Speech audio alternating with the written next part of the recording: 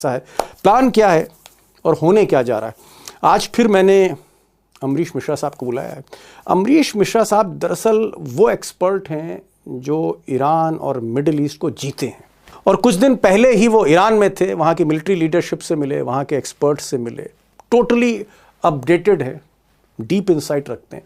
उनको सुनिए, आपको एक तरह से अंदाज़ा होगा कि मिडिल ईस्ट में, मध्य एशिया में क्या होने जा रहा है। और जंग अगर होती है दोस्तों, तो हमारे लिए भी इसको समझना ज़रूरी है, क्योंकि इसकी आंच भारत पर भी आएगी। अमरीश जी, सबसे बड़ा सवाल आज ये है कि ऐसा लग रहा था जैसे ये जंग थम जाएगी ईरान और अमेरिका की, क्योंकि ट्रम्प का अचानक फोकस ग्रीनलैंड पे जाता है और वो डेनमार्क, नॉर्वे, जर्मनी इन सबको उलझा देते हैं ग्रीनलैंड में। लेकिन अचानक मैं देख रहा हूं कि नेतन्याहू, जो इजराइल के प्रधानमंत्री हैं, उनका आज बयान आया है और बहुत ही घातक, धमकी भरा बयान है। सीधे सीधे उसमें वो एड्रेस कर रहे हैं अली खामनाई को, और वो कह रहे हैं कि इससे पहले कि हम F-15E से स्ट्राइक करें ईरान पर, बेहतर होगा खामनाई ईरान छोड़ दें, खामनाई ईरान छोड़ दें। और फिर वो आगे नेतन्याहू कहते हैं कि हम इस बार उन हथियारों से हमला करने जा रहे हैं जिन हथियारों की इस दुनिया को खबर नहीं है। अननोन वेपन्स होंगे, जो एकदम सरप्राइज एलिमेंट होगा। मैं ये जानना चाह रहा हूं कि इरादे क्या हैं। क्या आपको लग रहा है कि जंग अब लाजमी है, और ये जो बातें हो रही सिर्फ इसलिए हो रही हैं क्योंकि कहीं ना कहीं ट्रंप और इजराइल मिलकर ईरान को गिराना चाहते हैं अल्टीमेटली?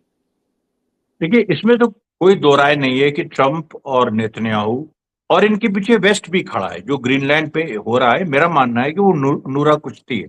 इनके पीछे वेस्ट भी खड़ा है। ये मिल के ईरान को गिराना चाहते हैं, क्योंकि असली जो लड़ाई इनकी रशिया चाइना से है, जो स्ट्रेटेजिक लड़ाई रशिया चाइना से है, वो ये ईरान को खत्म करके, और ये प्रूफ करना चाहते हैं रशिया चाइना को कि देखो तुम भी झुको, हमने ईरान को नेस्तनाबूद कर दिया। यहाँ पर केवल ये जो धमकी है कि खामनेई देश छोड़ दें, वो जानते हैं कि खामनेई कभी देश नहीं छोड़ेंगे, और देश उनके लिए मर मिट भी सकता है। तो जी इस पूरे आप माहौल में देखिए कि किस तरीके से ये लोग प्लानिंग कर रहे हैं। इनका नैरेटिव जो पूरा चल रहा है, अभी वो नैरेटिव सोचिए चल रहा है कि ईरान ने हजारों प्रोटेस्टर्स मार दिए, कभी 12,000, कभी 16,000, और रजा पहलवी ने आज कहा 25,000, और वो बढ़ते ही चला जा रहा है। तो जब भी ऐसा माहौल बनता है, देखिए सद्दाम हुसैन के खिलाफ भी ऐसे ही माहौल बना था, गद्दाफी के खिलाफ भी ऐसे ही माहौल बना था, तो उसी रास्ते पे ये लोग पूरी तरह से जा रहे हैं। और देखिए, जहां तक हथियार की बात है, जो उन्होंने अननोन हथियार का है, आपको याद या होगा इजराइल ने, इजराइल ने सैयद हसन नसरल्ला, हिजबुल्लाह के चीफ, बहुत पावरफुल फिगर थे, बहुत ही पावरफुल फिगर थे। उनको माना जाता था कि भाई एक एक अकेली हिजबुल्लाह दुनिया में ऐसी फोर्स है कि एक स्टेट भी है लेबनान, और उसके पैरेलल एक पूरी अपनी पार्टी, अपनी सेना, एक पैरेलल स्टेट है, ये माना जाता था। सितंबर 2024 में नसरल्ला का जो असैसिनेशन हुआ, आप सोचिए उनके शरीर पे एक खरोच भी नहीं आई थी जो उनकी बॉडी मिली। उनको साउंड बॉम्ब से, उनको इतना, मतलब जो इजराइल ने हजारों टन वहां बम गिराए एक ही साथ, उस साउंड से मर गए। ओ ये जो, ओ हाँ, he died technology. Because of the sound. क्योंकि उनकी अटॉप्सी, क्योंकि उनकी तो बॉडी मिली ना बाकायदा, फिर उसका क्रिमेशन हुआ पोस्टमार्टम हो, जी इंटरनेशनल। हाँ। जी वो बहुत बड़ा इवेंट था। उनकी बॉडी में एक खरोच नहीं थी, उनको तो साउंड से। अब जी ये जो बात देखिए, ये इनका अननोन है। ये एक्स फैक्टर अमेरिका इजराइल का हमेशा रहता है, और वो हम अमरीश उसको डिस्काउंट नहीं करते। जी, अमरीश जी कह रहे हैं दोस्तों कि अननोन वेपन्स का मतलब है हम इस तरह के वेपन्स, इस तरह के हथियार इस बार जंग में सामने लाएंगे दुनिया के, जिसके बारे में दुनिया को अभी खबर नहीं। यानी बहुत ही एडवांस वेपन की बात हो रही है, साउंड से भी मारा जा सकता है, इस तरह के इशारे अमरीश जी कर रहे हैं। लेकिन ये मैं जानना चाह रहा था, ये तो ठीक है, ये तो नेतन्याहू की बात हो गई, अमेरिका की बात हो गई। अमेरिका का जो जहाजी बेड़ा धीरे धीरे वो ईरान के समंदर की तरफ बढ़ रहा है, वो अपने बेस भी बढ़ा रहे हैं, उस पर मैं आगे बात करूंगा। लेकिन ईरान की क्या तैयारी है? क्योंकि खामनाई, मैं देख रहा था पिछले 2-3 दिनों से लगातार पॉलिटिकल लीडरशिप के अलावा मिलिट्री लीडरशिप से बातचीत कर रहे हैं, मिलिट्री एडवाइजर से बात कर रहे हैं, जो सैनिक ऑफिसर है, आर्मी चीफ हैं, चीफ ऑफ स्टाफ, उन सबसे उनकी मीटिंग चल रही। वहां क्या तैयारी है ईरान की? देखिए दीपक जी, क्या है कि ईरान के पास जो तैयारी है उसमें जी। जो उनकी जो मिसाइल है, खुर्रम शहर 4 और फतेह 1, ये दो ओके। ऐसी मिसाइल हैं जिनको दुनिया ने अभी तक देखा नहीं है, क्योंकि दुनिया ने भारत देखा नहीं। नहीं देखा नहीं, क्योंकि 12 दिन के युद्ध में क्या दिखा था? सिज्जिल दिखी थी। सिज्जिल जिसकी रेंज 2000 किलोमीटर प्रति घंटा है, जो मैक 2 की स्पीड है। स्पीड पे चलती है, जी। और वो तो हवा में नाची थी, और उसने फिर इसराइल पे स्ट्राइक की थी। मैक्सिमम ईरान ने दिखाया कि हमारे पास मैक 2, ये जिसको इंटरमीडिएट कहते हैं, और जी। उसको हाइपरसोनिक भी वो नहीं है, हाइपरसोनिक से कम है, इंटरमीडिएट रेंज। अब जो हाइपरसोनिक सुपर रेंज की जो मिसाइल उनके पास है, जो कभी भी दुनिया ने देखी नहीं है, समस्या ये है, और जिसको लेके इसराइल और अमेरिका मतलब अपना दिमाग लगा रहे हैं कि इसका क्या असर होगा क्या नहीं होगा, वो अनटेस्टेड है, और वो चीज वो ईरान का एक्स फैक्टर है। अगर इनके पास एक एक्स फैक्टर है अमेरिका और इसराइल के पास, तो ईरान के पास भी एक्स फैक्टर है, अननोन फैक्टर है। और ईरान ने कहा भी है कि हम सरप्राइज देंगे। ये जो आप मिसाइल बता रहे हैं खुर्रम शहर 4, ये क्या अमेरिका तक भी वार कर सकती है या सिर्फ इजराइल तक सीमित है? देखिए, खुर्रम शहर 4 10 मैक 10 से लेके मैक 15, यानी साउंड के स्पीड से 10 और 15 गुना ज्यादा, मतलब 10,000 किलोमीटर पर आवर से 15,000 किलोमीटर पर आवर तक वो मार कर सकता है। अमेरिका उसकी जद में है। अमेरिका पहुंचने में उसको B2 बॉम्बर्स को ईरान पहुंचने में 18 घंटे लगे थे। 18 घंटे जो अमेरिका ने B2 बॉम्बर्स भेजे थे ईरान की जी। न्यूक्लियर फैसिलिटी पर स्ट्राइक करने के लिए, 18 घंटे लगे थे। लेकिन न्यूयॉर्क और लॉस एंजलिस आधे घंटे से ओह, 45 मिनट में ये खुर्रम शहर 4 पहुंच जाएगी। बड़ी बात। अमरीश जी ने एक बड़ी ब्रेकिंग न्यूज़ दी। उन्होंने कहा कि 10,000 किलोमीटर तक की मार करने वाली हाइपरसोनिक सुपर स्पीड मिसाइल है, जिसको दुनिया ने अभी देखा नहीं, लेकिन उसकी टेस्टिंग हो चुकी है। खुर्रम शहर 4 उस मिसाइल का नाम है, और जो मात्र 1 घंटे में, आधे घंटे में अमेरिका पर स्ट्राइक कर सकती है। जबकि अमेरिका के जो B2 बॉम्बर सबसे एडवांस फाइटर जेट्स हैं, उनको 18 घंटा लगता है ईरान तक आने में B2 बॉम्बर को। लेकिन यहाँ आधे घंटे में ये सुपरसोनिक मिसाइल्स दाग सकती हैं अमेरिका के किसी भी शहर को। डीप इनसाइड अमेरिका, अमेरिका के बेहद भीतर घुस के ये मार करेगी, ये इनका कहना है। चलिए ठीक है, मिसाइल उनकी उनकी मिसाइल पावर है, इनके पास एयर पावर है, इनके पास समुद्री ताकत है। मुझे ये बताइए कि जो अ, जहाजी बेड़ा है, USS अब्राहम लिंकन जिसका नाम है, जो अमेरिका का सबसे खौफनाक वॉरशिप है, जिसमें न्यूक्लियर वॉरहेड भी इस्तेमाल होते हैं, ये धीरे धीरे इसकी जो लोकेशन मिल रही थी, आज इसकी लोकेशन श्रीलंका के आसपास है। और मुझे लगता है कि अगले 3-4 दिन में, जिस तरह से ट्रैकर बता रहे हैं शिप के, कि 3-4 दिन में ईरान के समंदर के आसपास होगा। क्या आपको लगता है कि इस जहाज के पहुंचने के बाद बड़ी तेजी से समीकरण बदलेंगे, बड़े तेजी से हालात बदलने शुरू होंगे ईरान, इजराइल और इस टेंशन के? बिल्कुल 100%। बात यहां पर यही है कि जैसे आपने कहा श्रीलंका तक वो पहुंची है, मतलब USS श्रीलंका इब्राहिम, पहुंचने वाली, श्रीलंका थोड़ा दूर है लेकिन उसी के आसपास है जी। उसी के आसपास। तो इसमें यहां तक पहुंचने में वही 25 जनवरी की जो बात हम लोगों ने कल की थी, उसी के आसपास ये पूरा जी। कैलकुलेशन बन रहा है। और इब्राहिम लिंकन जैसे ही वो और नजदीक आएगी, जॉर्ज बुश अपने को, जो दूसरा एयरक्राफ्ट कैरियर है, जॉर्ज बुश अपना वो भी अनवेल होगा कि वो एग्जैक्टली कहाँ है और कैसे ये लोग कोऑर्डिनेट करके ईरान पे स्ट्राइक करेंगे। और उस समय आप देखिएगा कि पूरी दुनिया में जो वेस्टर्न मीडिया है, वो अब पूरा चिल्लाने लगेगा कि ईरान में 10,000 लोग मारे गए, 20,000 मारे गए, जला दिए गए जिंदा, यानी क्या वो सब ऐसी फैक्ट्री प्रोपोगंडा कभी होगा। देखी है, दुनिया ने देखी नहीं होगी ऐसी मीडिया फैक्ट्री, जो अब चलेगी 2-3 दिनों में, जो माहौल बनाएंगे और बड़ा स्ट्राइक ईरान पे जो करने का माहौल होगा। अब इससे कोई जी। पीछे हटने वाला नहीं है, ट्रंप और नेतन्याहू पीछे नहीं हटेंगे। अमरीश भाई, यहाँ पर एक सवाल बड़ा अहम है। ठीक है, दोनों तरफ से धमकियां आ रही हैं। नेतन्याहू धमकी दे रहे हैं, इजराइल धमकी ईरान को दे रहा है, ईरान धमकी इजराइल और अमेरिका दोनों को दे रहा है। ट्रंप अपने जो हैं वो जहाजी बेड़े जो हैं वो ईरान के इर्द गिर्द स्टेशन कर रहे हैं। तो माहौल तो हमें लग रहा है, लेकिन क्या सऊदी अरब, उनका जो उनके जो क्राउन प्रिंस हैं मोहम्मद बिन सलमान, जिनके ट्रंप से बहुत अच्छे ताल्लुकात हैं, बहुत गहरे ताल्लुकात हैं। ट्रंप खुद कहते हैं कि मेरे सबसे जिगरी दोस्त हैं ये दुनिया में।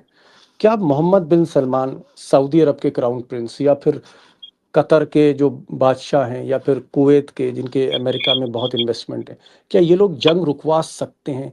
क्या ये जो बादशाहत है, ये जो सल्तनत है, ये अमेरिका पे प्रेशर डाल सकती है ट्रंप पे?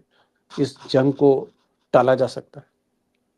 देखिए दीपक जी, इन लोगों ने काम तो अपना कर दिया ना, इन लोगों ने रुकवा तो दी जंग एक बार। जो 13 जनवरी और 16 जनवरी के बीच में किसी भी दिन अमेरिका स्ट्राइक कर सकता था, उसने नहीं किया, क्योंकि इन्होंने संदेश दिया कि हम अपने बेस से आपको अलाउ नहीं करेंगे। और सऊदी अरेबिया ने तो खुला संदेश ईरान को भी भेजा कि कम से कम हमारे यहाँ से अमेरिकन जेट्स हमारे यहाँ से नहीं उड़ेंगे।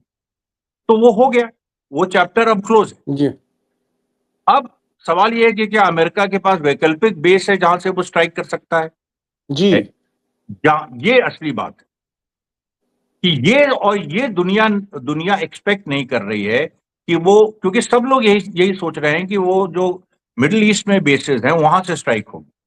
लेकिन अगर वो ओके। साइप्रस से होगी, अगर साइप्रस से होगी तो अगर वो ओह अच्छा। अमरीश भाई, एक सवाल और भी है कि अगर मान लीजिए सऊदी अरब है या कतर है, ये अपने एयरबेस इस्तेमाल करने नहीं देते यूएस को, तो एक तो आप बता रहे हैं कि जो यूएसएस अब्राहम लिंकन, जो इनका जहाजी बेड़ा है, एयरक्राफ्ट कैरियर है, जो धीरे धीरे ईरान की तरफ बढ़ रहा है, वहां से फाइटर प्लेन टेक ऑफ कर सकते हैं। इसके अलावा क्या साइप्रस, ये जो आइलैंड कंट्री है बीचों बीच, यहाँ से भी हमले हो सकते हैं, अमेरिका के बिल्कुल हमले ईरान पे? बिल्कुल। देखिए साइप्रस में रॉयल एयरफोर्स, जो जो ग्रेट ब्रिटेन की एयरफोर्स है, उसका बेस है, पुराना बेस है, जिसको अमेरिका डिस्क्रीटली यूज करता है। यानी डिस्क्रीटली मतलब कि छुप के या थोड़ा मतलब एहतियात के साथ चुपचाप उसका इस्तेमाल, जी। इस्तेमाल करता है। अब वहां पर साइप्रस एक ऐसा विकल्प है अमेरिका के पास कि मिडिल ईस्ट की जो कंट्रीज हैं, अरब कंट्रीज, वो भी नाराज ना हो और इधर का ईरान पे हमला भी हो जाए और घातक हमला हो जाए। क्योंकि देखिए उससे क्या होगा, साइप्रस ईरान के थोड़ा साउथ में पड़ता है और वहां से जो हमला होगा, उस हमले को, और इधर इब्राहिम लिंकन अगर स्ट्रेट ऑफ होर्मुज तक पहुंच जाती है, तो फिर जो ट्विन हमला होगा वो ऐसे होगा। देखिए पूरा इधर से एक बिल्कुल जैसे पिंसर मूवमेंट होता है ना, कि दोनों जी तरफ से एक एक जी हाँ। सेनाएं, कोई सेना बीच में जाम कर देती है, वो वाली स्थिति ये लोग पैदा करना चाहते हैं, पिंसर पैदा कर movement of missiles. Yes. Cyprus से हो सकता है हमला, अमेरिका कर सकता है अगर सऊदी अरबिया या कतर या जितने भी इस्लामिक कंट्री हैं वो मना करते हैं अपना एयरबेस यूज़ करने के लिए। तो ये विकल्प भी ट्रंप के पास है। एक तो उनका अपना जहाज़ी बेड़ा है, और भी कई जहाज़ आ सकते हैं, प्लस साइप्रस से भी वो अटैक कर सकते हैं ईरान के ऊपर। आखिरी सवाल कर रहा हूँ, क्या आपको लगता है कि जिस तरह से पिछले कुछ दिनों में रशिया और चाइना के कार्गो प्लेन लैंड किए हैं, और इस तरह की खबरें आई हैं कि वहाँ पर काफ़ी गोला बारूद और मिलिट्री इक्विपमेंट ईरान में उतारा गया है जंग की तैयारी में, तो क्या रशिया और चाइना पीछे से ही मदद करेंगे, या ये आगे भी आएंगे, साथ भी लड़ाई लड़ सकते हैं? देखिए रशिया और चाइना अब इस बार पिछली बार की तरह पीछे नहीं रहेंगे केवल, क्योंकि ये इनके लोग वहां पर हैं, इनका इक्विपमेंट वहां पर है, चाइनीज जहाज वहां पर पहले ही पहुंच गए थे, और रशियन कार्गो प्लेन्स लगातार ईरान जा रहे हैं। तो भाई वो ऐसा तो नहीं है ना कि वो ऐसे ही कुछ ट्रेड का सामान लेके जा रहे हैं, वो तो हथियार ही ले जा रहे हैं, या जो ईरान को एक लंबी लड़ाई झेलने के लिए जो चीजें चाहिए, क्योंकि लड़ाई लंबी हो सकती है। ये छिड़ लड़ाई ये भी सकती हो है। सकती है कि इसमें इनिशियल स्ट्राइक्स दोनों तरफ से हों, फिर कुछ पॉज आए, फिर स्ट्राइक्स हों, फिर कुछ पॉज आए, क्योंकि ये हमेशा ध्यान में रखना चाहिए कि ये जमीनी लड़ाई में अभी फिलहाल तब्दील नहीं होगी, क्योंकि कहीं की सेना कहीं, एयरफोर्स टू एयरफोर्स है। एयरफोर्स, हाँ, जी वो मिसाइल वर्सेस एयरफोर्स, वो वाली लड़ाई होगी। तो वो लंबी खिंचेगी, और वो जब लंबी खिंचेगी तो उसमें लगातार ईरान को चाहिए कि वो जो मिसाइल्स मार रहा है वो तो उसकी पूर्ति होती रहे, पीछे से जो जी असलहे जी वो इस्तेमाल कर रहा है उनकी पूर्ति पीछे से होती रहे। वो काम रशिया चाइना करेंगे, और इससे ज्यादा अगर जरूरत पड़ी तो इससे ज्यादा भी कर सकते हैं। इसमें जी। कोई आश्चर्य नहीं होना चाहिए, ये उनकी तैयारी है रशिया चाइना की। और मुझे समझ में आया था जब मैं वहां था कि ये जो रशिया के लोग हैं, चाइना के लोग हैं, आर्मी पर्सनल्स, ये वहां मौजूद हैं। जी, जी। बड़ी बातें आज अमरीश जी ने बताई। सबसे पहले तो ये कि क्या स्ट्रैटेजी ट्रंप की हो सकती है। साइप्रस अटैक हो सकता है। इसके अलावा जो बड़े-बड़े अमेरिका के एयरक्राफ्ट कैरियर हैं जो समंदर पे रहेंगे, वहाँ से हमला हो सकता है। मिसाइल वर्सेस फाइटर प्लेन ये बताया। फाइटर प्लेन अमेरिका के, मिसाइल की ताकत ईरान की। और इस बीच ट्रंप जो हैं वो फ़ोकस कर रहे हैं ग्रीनलैंड पे, लेकिन ये कह रहे हैं कि नूरा कुश्ती है। ज़्यादातर फ्रेंडली फाइट है, वहाँ बहुत ज़्यादा कुछ हालात बढ़ने नहीं। असली जो फ़ोकस है ट्रंप का और नेतन्याहू का वो ईरान पर ही। ईरान ही एक दुखती रग है जिसको वो अपने रास्ते से हटाना चाहते हैं। एक नई विश्व व्यवस्था मिडल ईस्ट में स्थापित करना चाहते हैं, जहाँ पर एक छत्र राज इज़राइल का हो, अमेरिका का हो, और साथ में जो किंगडम्स हैं, इस्लामिक किंगडम्स हैं, वो उनका साथ दें। ईरान एक बड़ी ताकत है, मिलिट्री ताकत है, जिसको वो किनारे करना चाहते हैं। लेकिन ये जंग इतनी आसान भी नहीं, लंबी भी खिंच सकती है। चाइना और रशिया का भी की रोल भी देखना होगा इसमें क्या होता है। और सबसे बड़ी बात कि क्या वाक़ई ईरान की जो मिसाइल पावर है, जिस पर ईरान को नाज़ है, जिस पर ख़ामनेई को नाज़ है, क्या ये जो मिसाइलें हैं वाक़ई ये यूएस के जो बेस हैं उस पूरे मिडिल ईस्ट एरिया में, उसको वाक़ई उड़ा देंगे जिस तरह की बातें होती हैं। बहरहाल मैं तो यही चाहूँगा दोस्तों कि जंग ना हो तो बेहतर है, क्योंकि जंग का मतलब है कत्लो-गारत, जंग का मतलब है हिंसा, वॉयलेंस, मौतें। ना हो तो अच्छा ही है, ईश्वर कहीं न कहीं कोई रास्ता निकाले तो ज़्यादा बेहतर है। अमरीश भाई, आप इस प्रोग्राम में आए और जिस तरह से आप एक रोशनी डालते हैं, और मुझे लगता है कि 24/7 मोड में 24 घंटा ईरान, मिडिल ईस्ट, इज़राइल और उसकी मिलिट्री स्ट्रैटेजीज़, पॉलिटिकल स्ट्रैटेजीज़, इस पे जो आपकी रिसर्च है, उसको मैं सलाम करता हूँ, उसको मैं उस चमत्कार को नमस्कार करता हूँ कि जिस तरह से आप समझाते हैं, क्योंकि बहुत बहुत बहुत मुश्किल है इसको समझना, लेकिन आप बहुत आसानी से समझा देते हैं। इसके लिए बहुत बहुत शुक्रिया। Thank you so much. ऐसे ही प्रोग्राम में हमारे आते रहिए। Thank you so much sir for joining this programme.